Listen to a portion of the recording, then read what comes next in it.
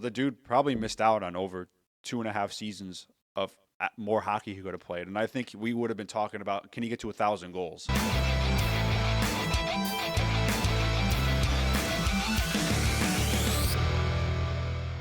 Today's April 5th, 2025. Welcome to the Checking From Behind podcast. I'm your host, Zach, as always, joined by my co-host, Preston. Last night, as of this recording, Alexander Ovechkin has tied Wayne Gretzky's record at 894 goals. Unfortunately, did not break the record yet. We're going to have to wait until Sunday night to see a possibility. Did you see the ticket prices for those games? I did. I mean, not surprising. I mean, you're having a chance to see NHL history. First of all, congratulations to Alex Ovechkin on tying a record that I think most people, hockey fans, would have never thought would be touched. Honestly, I remember as a kid looking at books and looking at NHL records and just seeing how much more Wayne Gretzky had than everybody else. And I was like, no one's ever going to touch any of these. I still don't think anyone will ever touch his assist record or his points record. Agree. I don't think that will ever. Someone might get within 200, 300 points, but I don't think anyone will ever get within 100 points of it. Yeah, I don't think with those records, those two records you brought up, I don't think we're going to be sitting here being like, this player might end up breaking it within the next few years. It might be like, he's close, but he's 37, 38 years old. He's like a couple hundred assists away. I mean, Ovechkin's having a crazy season in general, though. He's 39 years old, and he has 41 goals, and he's played 60 games. He has a goals per game pace right now, 0.7. I don't know. I remember, last year, for the first half of the season, we thought he was washed. We thought he was done. We all thought that this record was going to stay He looked awful last year at the beginning of the year. And then after the first of the year, after the All-Star break, actually, he went on a tear. He scored 16 goals in his last 28 games or something.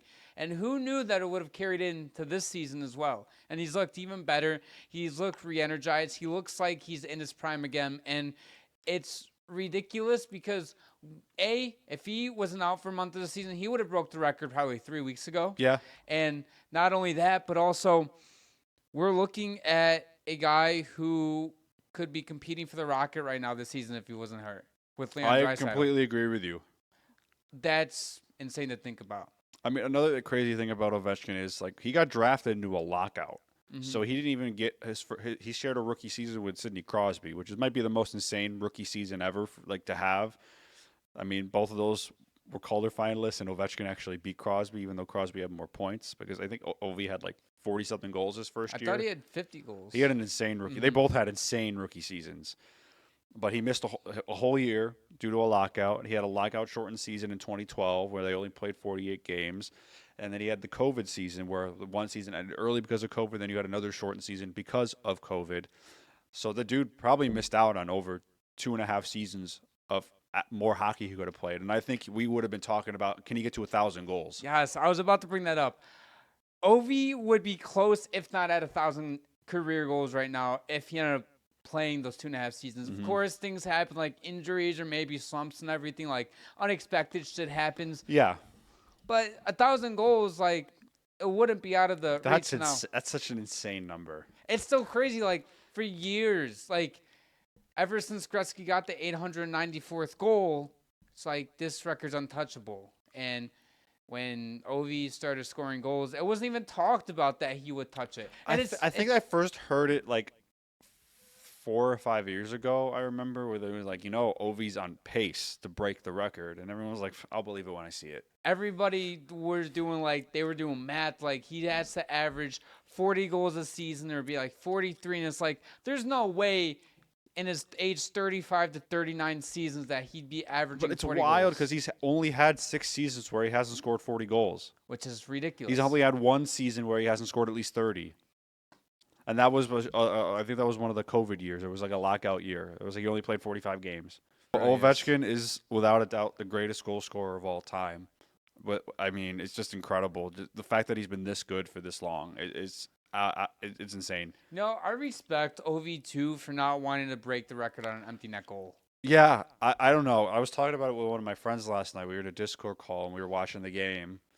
And he was like, oh, do you think, if there's an empty net, he'll score? And like if it's for a Hattie, maybe, but I don't know. Knowing Ovechkin's because he had chances like earlier to score an empty nets and he passed it up. And clearly, and then he said after the game straight up, he's like, "No, I want to break the record with a goalie in the crease." I mean, I respect that. I respect the hell out of that. I mean, because it would have been super easy for him just to score an empty net goal last night and break the record and party. Breaking it in front of a goalie who definitely does not want to give up the record-breaking goal would mean a lot more. It would be. And it doesn't feel like the cheap way out either, too, is also what he's thinking. Like, that's going to be the goal that gets remembered the most in his career. I guarantee you, like, Sorokin tomorrow for the Islanders is going to be dialed in. He does not want to give up that goal to Ovi. In last night's game against the Blackhawks, Ovechkin also had a few opportunities, like, late in the game, too. He had an opportunity where he got the puck one-on-one with Knight, and he kicked the puck back to his stick with, like, 3.5, 4 minutes left. And I thought he was going to shoot or score or whatever, but it looked like Spencer Knight just got cut off the angle, and, you know, he eventually didn't get a shot off and everything. And then, like, every time there was an offensive zone draw, he's on the left wing. They'd win the faceoff to him, don't show him to be exact, and he'd take a shot, and Spencer Knight saved it each time. And there was a shot where he had it right in between the hash marks. Yeah, I saw that. It was right at the end of the game, yeah. Yeah, barely caught the shoulder, dude. Yeah, I promise you no goalie wants to be that guy that gives up the record-breaking goal. And Sorokin, I mean, I'm going to try to watch the game tomorrow just so I can have a chance to watch it live. Just one other thing I want to bring up with this is, you know, I think Chris mentioned this yesterday in our group chat, you know, that he thinks there's one or two players that might be able to break it. And honestly, I think there's only one, and I think that's Austin Matthews. I love Austin Matthews as an answer. Can I guess the second player that he brought up? He didn't. He never told me the second player, Really? so I'm curious who the second player would be. Why do you bring up two players? Yeah, I mean, can you think of anybody besides Matthews? Fuck no. No. And that's much love to McDavid and Draisaitl. They're not goal scorers, though. I mean, Draisaitl's having a great year, and McDavid has won a Rocket as well, but they're not putting up 40, 50 goals a year. Not like Matthews does. Austin Matthews, he had 69 goals last year. He's insane. He missed a lot of time this year due to injury, but he still has. How many goals does he have this year? I think he only has like 30. He has 29 goals in 60 games. He has 29 goals, 40 assists for 69 points. So yeah, he's still having a 30-goal season, and this is on track to be the lowest amount of goals he's ever had in the season. I'm going to end up doing some math here for us. For just this purpose, I'm just doing 900 goals that Ovi's going to get. Obviously, he's going to play next season. He's going to have way more than 900. Yeah. But doing 900 just for the sake of this argument. Austin Matthews, as of this moment, is at 503 career. Sorry, he's 503 career goals away. Let's say, how old is Austin Matthews now? Yeah, from 900. Austin Matthews is 27. Says he plays another 13 seasons until he's 40. He'd need to average 39 goals per game just to get to 900 goals. He could do it. Yeah. He can definitely do that. Yeah. There's one guy in the league right now that can do it, and it's Austin Matthews. And I wouldn't be shocked if we're talking about Austin Matthews at 36, 37, 38 years old being like, he's inching closer to Alexander Ovechkin's goal record at 930 goals. Like that, I don't know. This is really cool to me, too, that we're calling it Ovechkin's record. I know he didn't break it yet, but, like, I don't know. That's wild to me that, like, really, I'm literally in disbelief that Wayne Gretzky's record is going to be broken. Most of, if not all of Wayne Gretzky's records were deemed unbreakable. And here he comes, the dude who drinks beer and eats hot Cheetos. One of my favorite stories about Ovechkin is, it was a couple years ago, they had a game in Buffalo, and the night before, someone posted, like, a picture on Twitter. It's like, yeah, I'm at the bar watching, like, he's a big soccer fan, Ovi, like, European soccer. Yeah. And his favorite team was playing, so there was a backer bar in Buffalo where like the fans meet up to watch the games. Okay. And they were sitting at the bar, and Ovechkin just came and sat next to him and watched the game with him and had like a couple beers with him, like the night before a game. That's so fucking sick, dude. I mean, can you imagine though? Like you're just chilling one night at a bar or something, and fucking Ovechkin just walks up to you, he's like, "Hey, what's up, man?" Yo, is anybody sitting here? Nah, man. It's like, wait, is that Ovechkin? He's like, "Hello, what's up? You guys have any Cheetos here?" Has to do a double take. But anyway, congratulations, Ovechkin, on tying the record. I'm sure next week, I'm pretty confident. I'm saying by Wednesday, we're going to be talking about him breaking the record. I think I'll do it. I don't know if I'll do it tomorrow. I've heard people speculating. It's like, what if the Capitals scratch him and they only play him in the home games because they want him to do it at home? I don't hate that. Can you imagine though being one of those people that like spent $1,000 on tickets to the game tomorrow, and you find out he's not even playing. Fucking, jeez. I would lose my mind. If you're spending $1,000 to go see Ovi break the record potentially, then you probably have the money to. Not necessarily. Some people are just diehard hockey fans, and they're like, "I'm going to see NHL history tonight. I don't care how much it costs." That's a fair point. I want you to guess the 4 other players that are ahead of Ovi in goals per game in their career. Okay. So right now, Ovi and Gretzky are both tied at 0.6 goals per game in their career. There's 4 of them ahead of them? Yeah, there's 1, 2, 3, 4. I think you'll definitely guess 2 of the 4. And I know one of them is Mario Lemieux. Yes, he is the leading all-time goals per game leader at 0.75 goals per game. Okay. I'm going to take a Brett Hull. He is not, no. Okay. If you want me to start giving you hints, let me know and I'll run it. Let me get one more guess. Sorry, there's 3 other players. I'm trying to think of some of the more prolific goal scorers in the history. There's 3 more? Sorry, there's 3 players ahead of him, so only 2 players that you have left. Okay. I think I might have said 4. I thought you said there was 4 players ahead of Ovi. No, Yeah. there's only 3. Sorry, I messed up. I mistook it. Mike Bossy. Yes, he is. He is on there. Sorry, there are 4. Fuck. Mike Bossy leads at 0.76. Lemieux at 0.75. So now there's 2 more at 0.64 goals per game, active player, and then 0.62. Well, active player tells me it's Austin Matthews. That's the only player could be. He is at 0.64. Yeah, that's the only player it could be then. Yes, and then the last guy is retired, but he is a Hall of Famer. I have no idea. Pavel Bure at 0.62. Okay. I didn't feel like you would get that, but, I mean, your hockey knowledge is through the roof. So I wouldn't have guessed Pavel Bure. That wasn't even on my mind. Yeah, I thought you were going to say some random dude from like the 40s. No, no. When I said active player with Matthews in my head, I'm like, he's gonna get this. Yeah. He's gonna get it. He's gonna get it. That's the only active player that could possibly have a goals per game that high. And also, if it wasn't, then I'd be very shocked. But when I saw that earlier today, I'm like, fuck it. No, I honestly think Matthews has a good shot to break the record. Like genuinely. As long as he doesn't have a ridiculous drop off or gets like with a major injury, I think he might end up breaking the record. He has been dealing with injuries the last couple of years, but I mean, it happens. But when he's on the ice, he's still he's still the best goal scorer in the league, in my opinion. Yeah, no, I totally agree with you. What would I say? Happy news, I guess. Okay. If you're a St. Louis Blues fan, 11 straight W's now in the books. That's wild. Their longest win streak since 2019 when they won the cup. Book it, they're winning the cup. I don't know about that. If they win the cup this year, I'll be extremely impressed. I'm being satire. They're not my Stanley Cup pick, but what they're doing is impressive. It wouldn't shock me if they put up whoever they play in the first round a really good fight. Who would? I think right now they play Vegas. Yes, they would. That wouldn't be a cakewalk series for Vegas. That would be a tough series. If you're Vegas, you can't be going in there and be like, this is just another wild card team. I don't think they'll take them lightly. I mean, I don't think Vegas is one of those teams that might fall into that trap. I think you have to take every opponent seriously, especially when they've been playing as well as they have been lately. Because, I mean, at this point, I don't even think it's out of the question. Like, what if they ride this winning streak to the playoffs? They've just won 17 straight games going into the playoffs. Yeah, because they have 5 games left. So, So 16. I'm pretty confident in saying I think they're going to end up being wild card 1, which is wild because like 2 months ago they were like, we weren't even talking about them being in a playoff conversation. They were 7-8 points out of a playoff spot. I think 8 points out at most. Yeah, it was pretty. I mean, Calgary had a pretty comfy lead. And Vancouver is up there too, and it was looking like Calgary and Vancouver were fighting for it, and the Blues, since Four Nations. Bennington sold Team Canada. Yeah, he's been on a tear lately since that Four Nations. I mean, maybe they give him a really big confidence boost. And then the team's like, fuck, he can play. Like, why isn't he playing this good beforehand?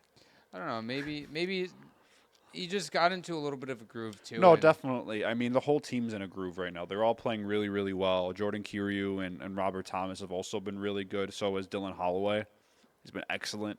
Holloway's been great for them. Yeah. Yeah. What a pickup. You get Holloway and Broberg for a second and a third.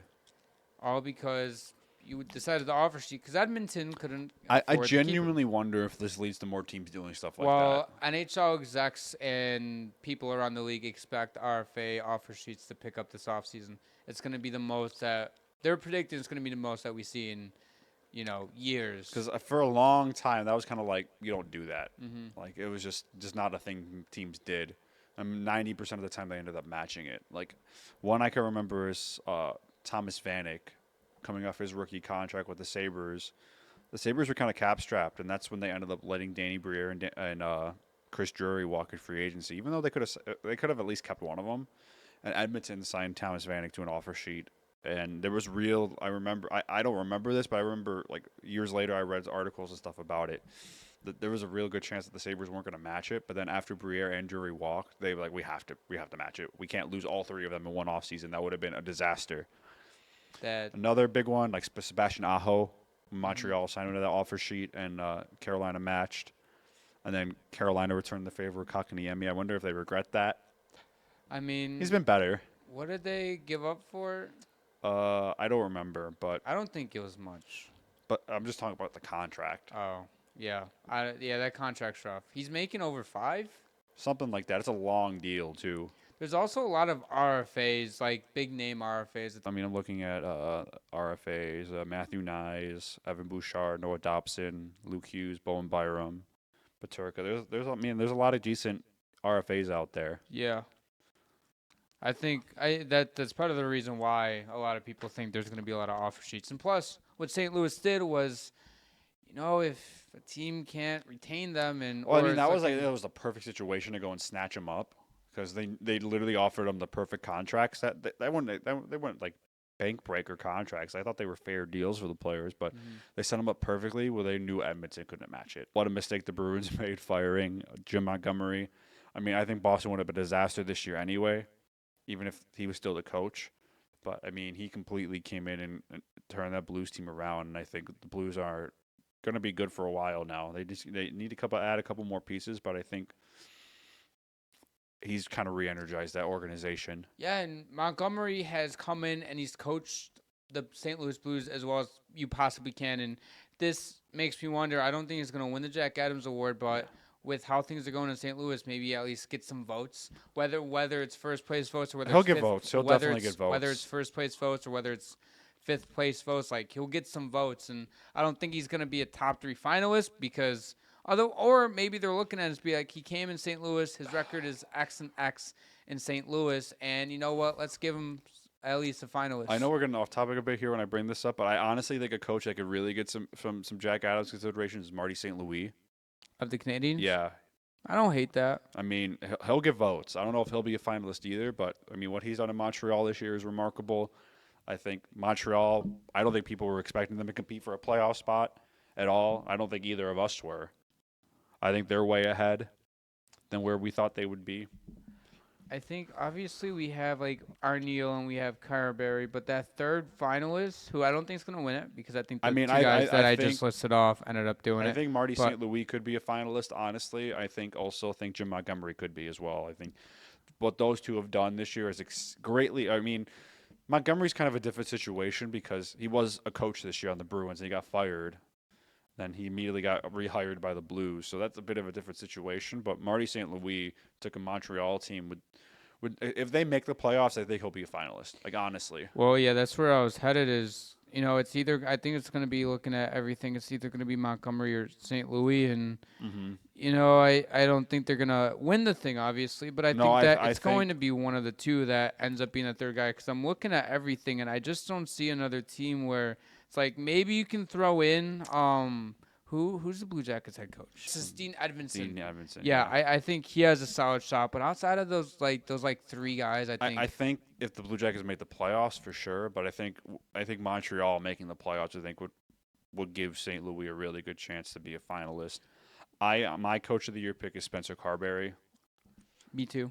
I think just what he's done with that, especially with how much roster turnover they had. And, barely making the playoffs last year, being one of the worst playoff teams ever, getting their ass kicked in the playoffs to potentially winning a President's Trophy is insane. especially with all the roster turnover they had and so many trades and new guys coming in. He's not only have like succeeded, but they've like greatly exceeded expectations. I think he would be my coach of the year. I have Carberry too, whether they win the President's Trophy or whether Winnipeg does. And if both St. Louis is going to make the playoffs, but if Montreal can hold on to that second spot, and now both teams make the playoffs, who do you give the edge to be that third guy? St. Louis. St. Louis? Yeah. I mean, people knew that Montgomery was a really great coach. I mean, he won Coach of the Year a couple years ago with the Bruins. Mm-hmm. I still think Boston made a gigantic mistake firing him, and he wasn't the issue there. I get why they did it. They were spiraling, and someone's got to take the blame, and most of the time it's not the GM. Most likely, middle of the season, you're firing the coach before you fire the GM. GM usually an off-season firing. I agree. They fired the wrong guy, but, I mean, again, they started off and they're like, we need to make a change, and the head coach is really the only guy that's going to go mid-season. That's always going to be the scapegoat, unfortunately. It's I can't even remember a time where I've seen the GM get fired and the coach stay, like mid-season. Mid-season, yeah. It's either you fire the coach or you fire both of them. Yeah, usually, though, like, a GM's given one firing, like one mid-season firing as, like, I'm going to fire you, and I get a chance to start over. And if they have to fire, usually GMs don't make it to their second coach firing. Yeah, that's historically what I've seen is, a GM, unless they're like a really storied GM that's been doing it for a long time, most newer GMs usually get one firing. And then and if things don't get better, then they're gone. I usually see, like, whether it's newer GMs, let's say, they tend to last like 3 seasons. It feels like at this point, like, to build a team, like, that's what organizations are giving these guys. I mean, coaches don't last long these days. Coaches are like, you have like 2 years max. If the team isn't winning, you're gone. Yeah, because I mean, I think the longest tenured coach right now is John Cooper of the Lightning. I mean, he is one of the best coaches in the league. He's also honestly, I think he gets some Jack Adams votes too with Tampa Bay. They've been really. I know different expectations for them. We were expecting them to be a playoff team, but I still think they've exceeded those expectations.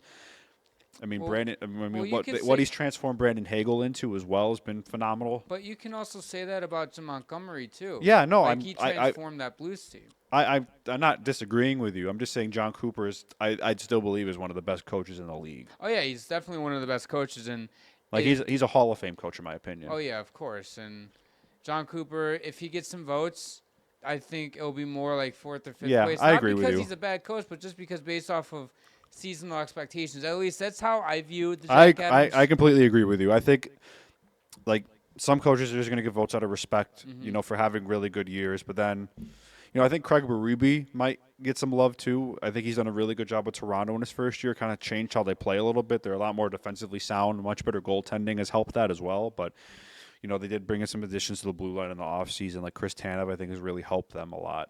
He's been great for them. Oliver Ekman-Larsson has been okay for them. And the Maple Leafs are 3 points up on the Lightning right now. And, it's looking like Berube. I agree. Like, he can get some votes. And at John Cooper, I'm looking at it as I think Toronto's going to take the first spot in the Atlantic. But let's say Cooper ends up taking that spot.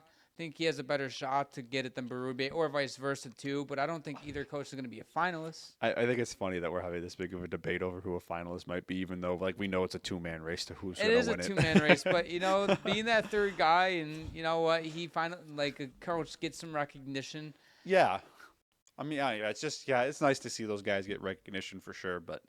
I do think Spencer Carberry is the coach of the year. Yeah, I don't disagree at all. And sticking over in the Western Conference, Minnesota is only 5 points up on the Calgary Flames right now. At 89 points, they have played 2 more games than Calgary, and Calgary's sitting there at 84. So, which means if Calgary ends up winning these 2 games in hand, they are 1 point back on Minnesota.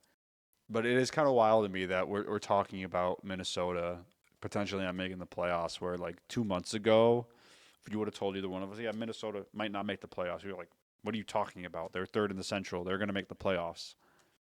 I mean, Colorado went on a crazy run after the deadline. I mean, they completely remade their team, it seemed, mid-season, which is insane that it worked so well for them. And then Minnesota, I mean, especially since Kaprizov has been out, I hate saying this about one player, but Minnesota is so much worse when Kaprizov doesn't play. But and he accounts for, it feels like 60% of the team's goals. But I think they would be their head would be above water if they had Eriksson But the fact that now you have two of your top players both out at the same time, I think it kills it. And I think the same thing happened like last year where Jared Spurgeon missed most of the last season due to injury, and that team did not look great. Minnesota is a team where they have certain guys, like the three guys that I just named off, where the team, it's almost like the glue that holds the team together, right? You can have a Boldy, you can have a Rossi, a Zuccarello, a Faber, right? I mean, Kaprizov really drives the offense on the team, and Eriksson Ek's a very underrated two-way player. He's one of the best defensive centers in the league. Yeah. I mean, he has a great two-way game, too. He provides offensive upside as well. He's super good at the dot, too. He wins a lot of faceoffs. Yes. I want to go over these two teams' schedules real quick, the Flames and the Wild. Do they play each other at all? They do, yeah. They do on Friday, April 11th. Potentially a big game there. So the Flames play the Golden Knights tonight. As of this recording, we'll find out the result of that by the time this releases. But then they also play the Sharks, the Ducks, the Wild, the Sharks again, the Knights again, and the Kings. And then the Minnesota Wild. Not a bad schedule. The Wild. Oh, this isn't bad either. They play the Stars. It's going to be tough. That's tomorrow at 3 p.m. But then they play lose that game. The Sharks, the Flames, the Canucks, and the Ducks. So I mean, they have a pretty easy schedule for the rest of the year. Outside of Dallas and probably Calgary, they should win those games. I do think, though, if the Wild end up beating the Flames in any way, shape, or form, they end up making the playoffs. And I don't think you can say the same thing about Calgary because unless the Wild completely shit the bed and lose, if they lose to the Stars, the Sharks, and then lose, and then they only win one game out of the Ducks and Canucks, for example, they only win one game out of the next house. I think Minnesota, what do they have, 5 games left or 6?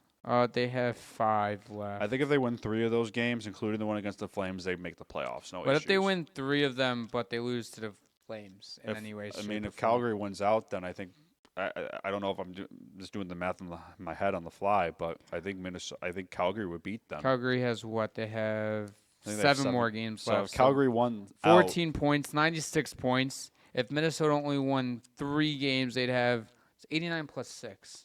89 plus 6 is 95. 95. They so, would yeah. miss by a point. So that Calgary game might end up being a really big game. We might be looking at that as Calgary's 3 points behind Minnesota. Can they get 2 points out of this? Yeah, you're making up 2 points straight up. Yeah. Yeah, which is nuts. Yeah, I mean, is there any timetable on when he could be back? I think the timetable will start at the playoffs. I mean, they might have to worry about that. They should make the playoffs. I'm not trying to sound like we're doubting Minnesota making the playoffs. I mean, we are doubting them, but I'm not doubting them. I still think they're going to make the playoffs. Oh, this headline 6 hours ago: Wild get mammoth Kirill Kaprizov injury update. This is via The Athletic. While both players return to the Twin Cities from New York to resume skating, both as in Kaprizov and Eriksson Ek. They are getting better treatments than on the road at home, obviously. It's starting to feel like Kaprizov could return as soon as next Wednesday, so this upcoming Wednesday against the San Jose Sharks. And then they don't have anything on Eriksson. I mean, just getting Kaprizov back would be gigantic. That would be huge. Gives you a huge boost in the locker room, on the ice, everything. And if they get him back for that San Jose game, you get him for that Calgary game on Friday. I mean, I'm assuming. I think no offense to the Sharks, but I think that would be a good get back into the swing of things game for Kaprizov against. It'd be like a get right game. Yeah, against a not so great team. Maybe looking to play spoiler. I mean, they don't really have anything else to play for right now, except the draft pick. Obviously, the players don't care about that. I mean, that offense is electric. I don't know. The Sharks could upset the Wild too. No, I'm not saying that Minnesota should just kick their ass. Mm-hmm. But I'm saying if you could choose an opponent to play your first game against in a couple months, you'd probably pick the Sharks or the Blackhawks. I mean, you could throw the Predators in there too. Yeah, but you know what I'm saying. Yeah. The 2 easy pickings. You're picking the two worst teams in the league. Yeah, by about 12 points or 11 points. That's insane how much worse they are than everybody else. Are we both still sticking with the Wild? I think the Wild will make the playoffs. I think the 8 teams you have in the Western Conference right now are probably the playoff teams. Wild are on the right track because I thought they were a borderline playoff team this year. I mean, if I remember correctly, at the beginning of the year when we were doing our playoffs, we were talking about this team that might be in wild card contention. I think when they had an amazing start to the season where they were kind of surprising everybody, but they've kind of come back down to earth. Yeah. Minnesota's a good example of what I was waiting for to happen with Washington that never happened. I wonder where we put Minnesota. I'm checking that now. I don't think I had them as a playoff team. Yeah, no. I had them as a wild card 2 team, and you had them just missing the playoffs. Yeah. But we were kind of both in the same ballpark, though. Like, I think nobody really had a good idea of who the last wild card team in the West would be. Yeah, I mean, because the West is so top heavy. And then we thought the Predators were going to be in there, and they're not so good. Yeah, what a disaster. Speaking of disasters, of Boston fucking Bruins. I've been praying for this day. Come the Bruins are donezo. They are. I don't even know where they go from here. 10 straight L's, 7 straight L's in regulation there. 0-9-1 in the last 10. Outside of Pastrnak and McAvoy, this team has not been getting good production. The Lindholm is a door of contracts. Bruins fans, I'm sorry you have to endure for the next 7 million years. Swayman will be good next season. You got the Celtics. Who cares? Yeah, and the Red Sox have good expectations. Anyways, the Swayman will be back next season. Again, this is the thing that I preach on this episode for you guys that are new and that are still here. Goaltenders, if they go into the season without a full training camp or a full offseason back-to-back, they're not going to perform well no matter what happens. Maybe for the first little bit. I don't buy it for the whole season, but also, Vasi last season coming off a hip surgery and not a full 3 offseason because of 3 straight Cup Finals appearances. 2 of them he won.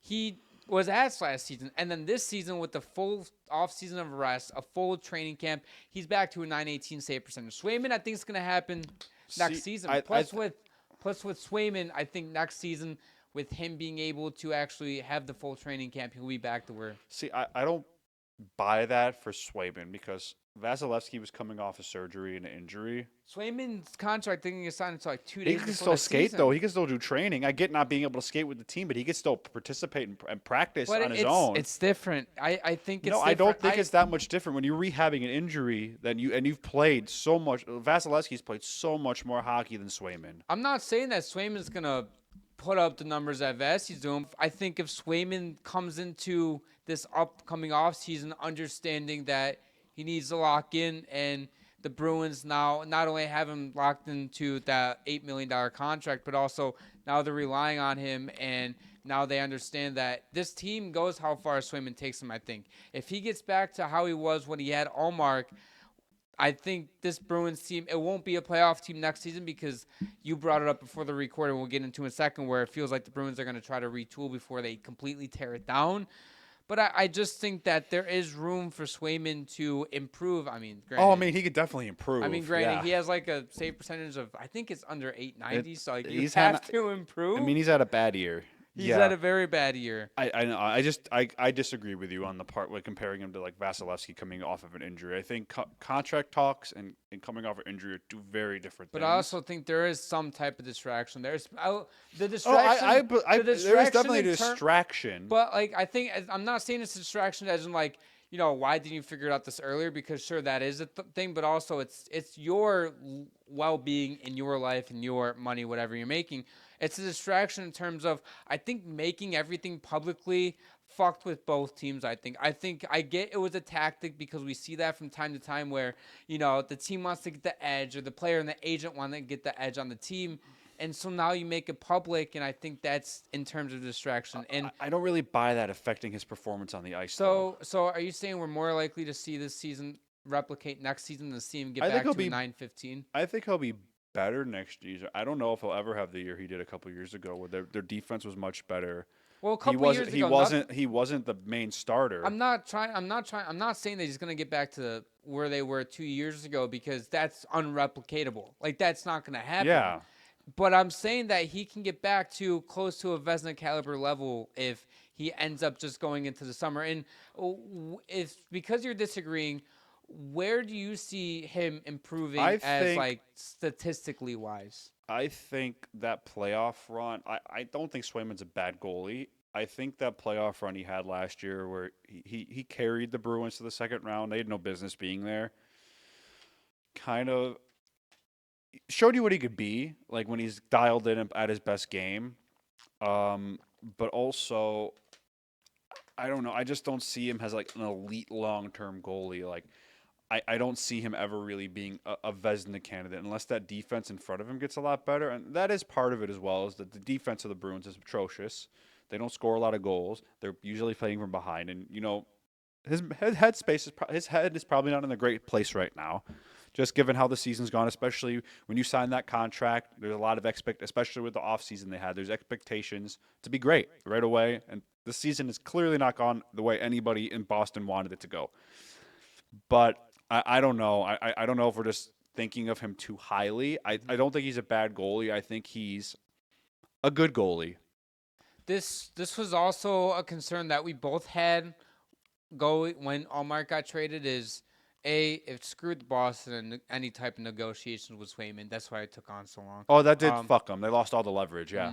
And B, we were like, we haven't seen Swayman be a full number one starter. I think he played like 45 games was his most, or 50 They pretty much split. Yeah, they pretty much split time.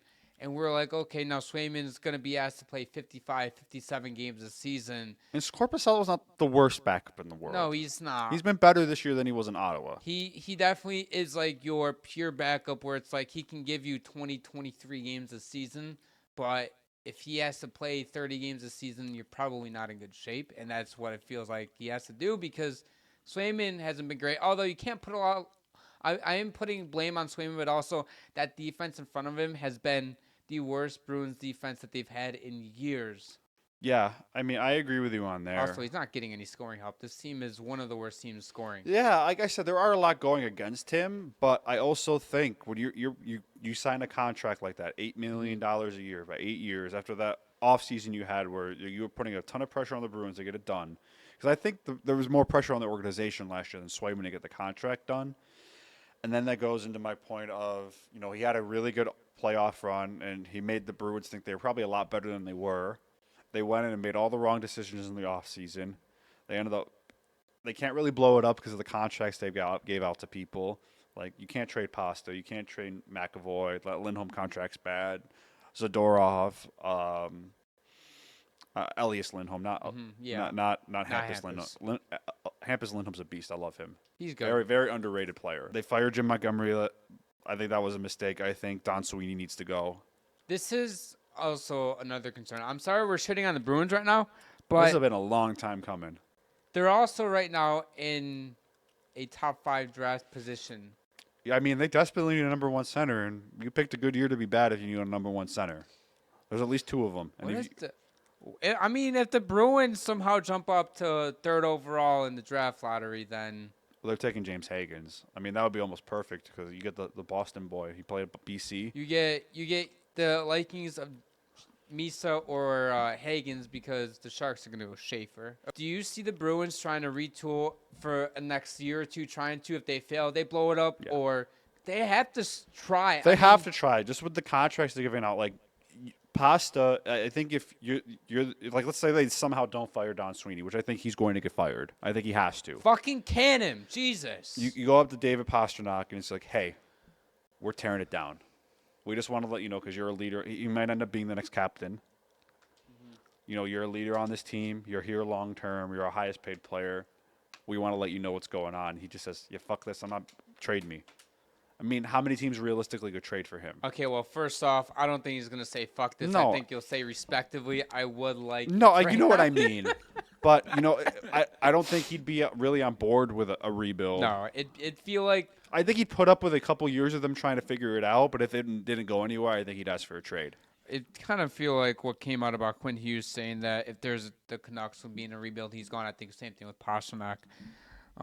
He's too good to be on a team that bad. I mean, he's in the prime of his career, 28. He's on a new contract, making $11.5 million. Still one of the best goal scorers in the league, despite everything else wrong with the Bruins. Like, any team in the league would love to have him. It's just he has a full no movement clause and he has $11.5 million cap hit. Hard to trade a contract like that, even if he did ask for a trade.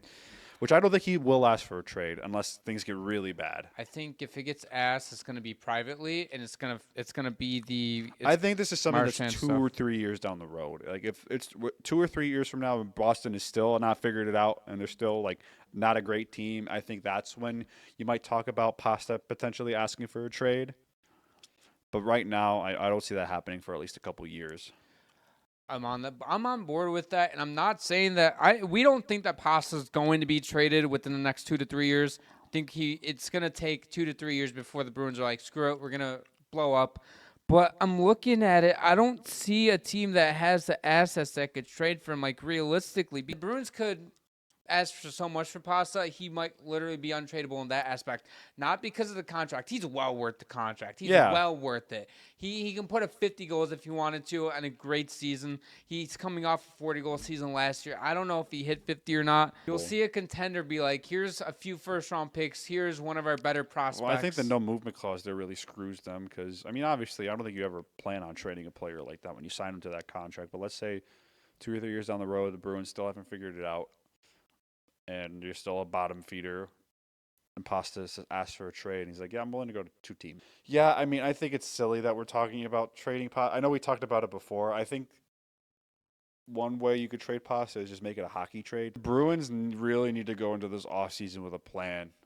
They need to hit on their draft picks. They need to... That's funny coming that Don Sweeney is their general manager, so... I'll still never forget how bad they fumbled the bag in the 2015 draft. He'll somehow 3 picks in a row, and only one of them is an actual NHL player, and he's not on the Bruins anymore. And he's a third liner for the Canucks, and Jake DeBrusk. Still a solid player. Yeah. But then I always look back to the 3 players drafted after those 3 picks were Thomas Chabot, Matt Barzal, and Kyle Connor. They could have had 3, 4, well, I guess 3... like really ridiculous. Can you imagine they have Matt guys. Barzal and Kyle Connor with David Pastrnak? That would be insane. And then you had Thomas Chabot with at the time Zdeno Chara, and then also after Chara. We're talking about Boston in a completely different light if they hit on those 3 draft picks. Like what a fumble. This is a fucking dynasty, dude. Well, no, can you imagine though? But they had Bergeron still in his prime, and Marchand, and Chara, and David Krejci, and Tuukka Rask. Like they were a Stanley Cup contender then. And then you go from Tuukka Rask and fucking Linus Ullmark and Jeremy Swayman. Yeah, like you had everything set up, and now you have no. You traded all your prospects and draft picks away to go all in. You lose in the first round of Florida. I mean, they made a few Stanley Cup finals. They lost the Stanley Cup final to St. Louis 2019. I think it was Chicago, like 2013. They lost that one. So like they've had success. It's just they haven't had sustained success. They haven't won a cup, and they haven't hit in their draft picks. And all their players got old now. They also would have had McAvoy too, which is nuts. It's absolutely nuts. No, we're talking completely different. I mean, we're not. They might not turn out that way. Like Kyle Connor might not be the Kyle Connor we see now. If he was drafted by the Bruins, probably would have had a different development. I mean, it's not a for sure thing, but even if he's mostly that, like 90% of that player, I think Boston would be very happy with that player. I think he's one of the more underrated players in the league because he plays for the Jets, and Jets don't really get a lot of eyes here, especially in the States. I know they're a great team, one of the best teams in the league, but I still feel like Kyle Connor doesn't get the respect he deserves. I know you're not on social media much, but they are getting a lot of recognition among the NHL community. I know for a long time it wasn't. Oh, yeah. No one would talk about the Jets. Forever. It really didn't start happening until, like, this season, it felt like, throughout the NHL community and NHL social media. And leave it up to Don Sweeney to fuck with top 5 draft pick this draft. Guaranteed. Fucking guaranteed. There was an Instagram post that I came across, and shout out to Slapshot. He also runs the All Hockey Culture Instagram account or something. It's great content. Go check him out on Instagram. However, though, he ended up posting some takes that NHL fans need to accept. We're not going to go over this like in depth because there's about 8 to 9 of them. However, though, I wanted to bring this up, get your guys' opinions. Let me know what you guys think. Ready? Yeah. So the first one is the era of hard-nosed, confrontational head coaches is over. I feel like we touched that last week. I agree with that. I agree with that. I think that's over. We ended up saying, I think, in last weekend's episode that that's not really the case anymore. You're going to see more coaches pull players to the side, be more discreet about it, and do more one-on-one coaching. Yeah, I just think in today's day and age, like no one really gets any value really out of being screamed at in front of everybody. The players just won't listen. Yeah, they're like, it's fuck embarrassing. You. Like, right. I'm sure like some players need to be screamed in private, but Yeah, no, I have no problem with disciplining a player, but you don't need to make an ass out of him in front of everybody. Second, the best way to keep a team in contention is to constantly retool. Yes and no, because part of retooling is hitting on your draft picks and develop. That's the real way to contention is draft, develop, resign, retain. And then once you become, and then you add the right free agents and make the right trades. But it's important to really keep developing and having those players be successful, because then you get those young players in on the cheap deal, you develop them, and you sign them long term, and then you add the right pieces around them. Correct. You get your solid foundation, you draft, develop, get your foundation locked in place, build the right depth and pieces around it. And then it's a cycle over and over and over. And then if you can draft and develop, but even as the guys get older, you're like, you know what? We feel like we're on the cusp of a Stanley Cup. I think Vegas does a really good job of doing that. Tampa Bay has done a great job too. It's where we're a cup contender. We know it, whether they've won a cup or not. Let's trade a first-round pick for a guy that we think can help the team. Yep. Crosby and Ovechkin are the NHL's longevity plus goal-scoring goats. I mean, I agree with that. I mean, Crosby, I think, was the best all-around players of all time. He broke Wayne Gretzky. Another Wayne Gretzky record broken is 20 years of a point per game production, which is also insane. And then Ovechkin's the greatest goal scorer in NHL history. I completely agree. NHL fans need to accept Marner is well worth whatever price he will cost in free agency. Well, if he's getting paid more than Austin Matthews, I don't think he is. But. No, dude. I think 14 million. But I also saw something. I'll pull it up for you guys and post on the screen if I can find it. But as negotiations keep going on with the contract, it's feeling like less and less Marner wants to stay in Toronto.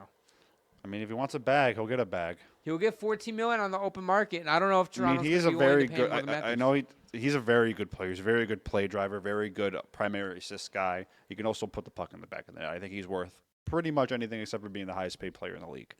I'm with that, and I wonder if Toronto's setting a hard cap. It's like, you're not getting more than Austin Matthews. We'll see, though. We'll see as time goes on.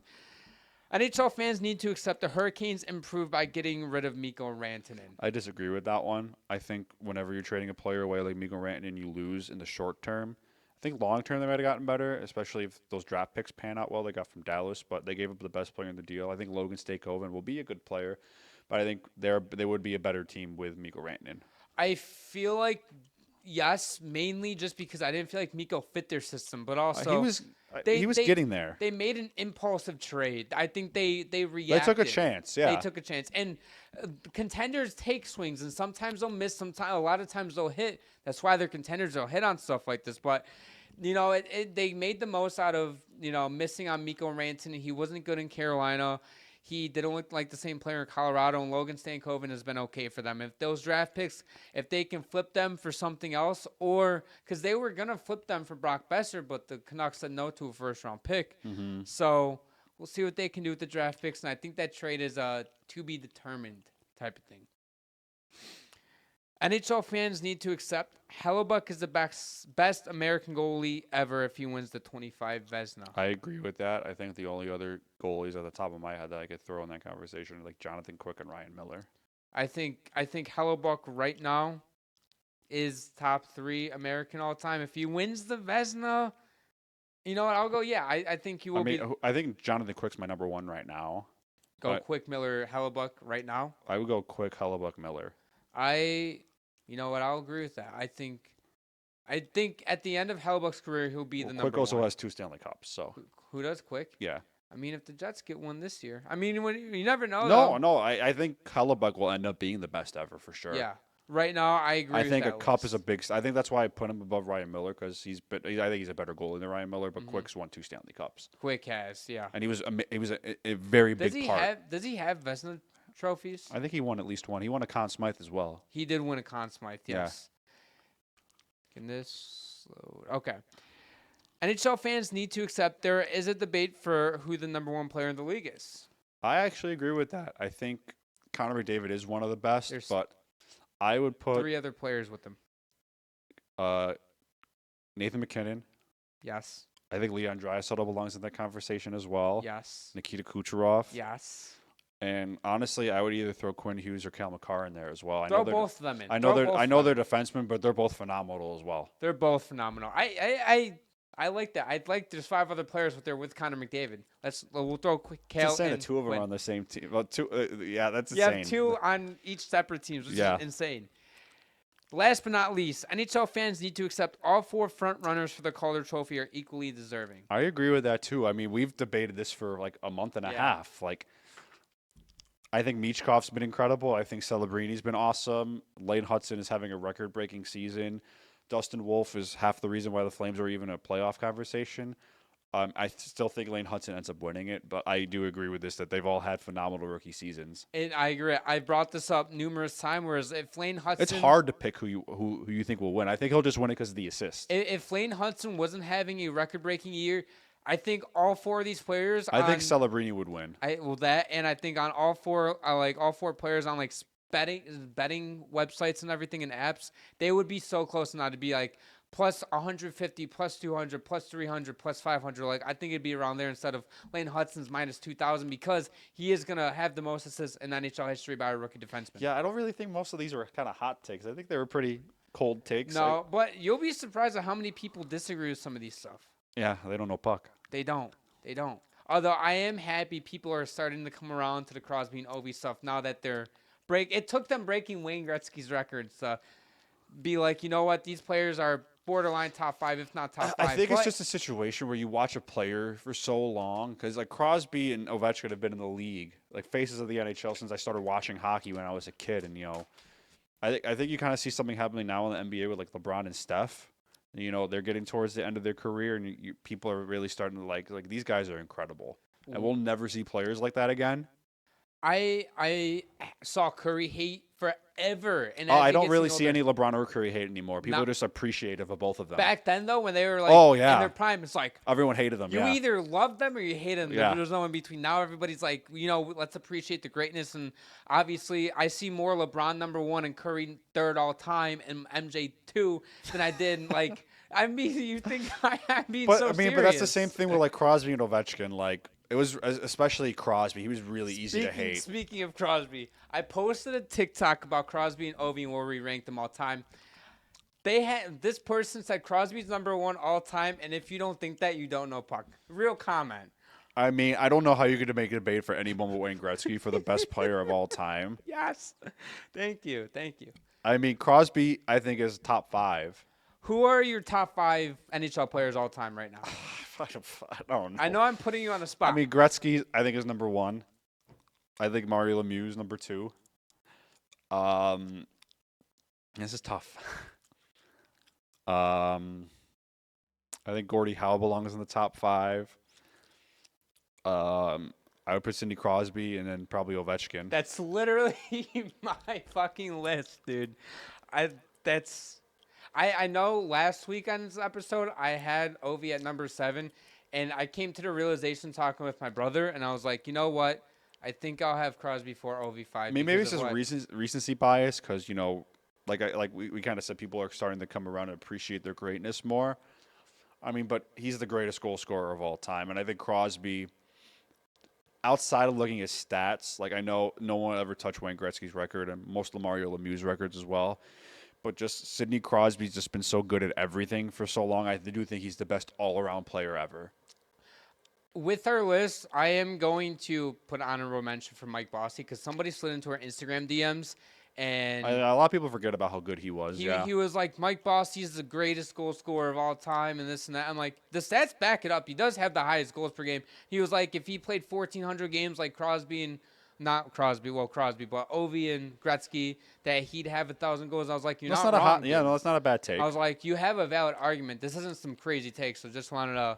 I feel like he's easy to forget about because he played a long time ago and he doesn't really get a lot of mentions like a lot of the other guys do. Becoming underrated, honestly. He was the Sherwood guy. All the Sherwood sticks were Paul Coffey curves. Did not know that. Yeah. Wait, Paul Coffey? I was talking about Mike Bossy. Oh, sorry. I got him confused. No, you're fine. Paul Coffey is a... Coffey Bossy, yeah. Yeah, Coffey Bossy. I mean, Coffey's a great player, too. Yeah. It's going to end it for today's episode. If you guys enjoy all of our content, all of our socials are down below, as well as the subscribe button. If you guys are listening on Apple and Spotify, head over to a YouTube, subscribe there, and we'll see you guys in our next episode.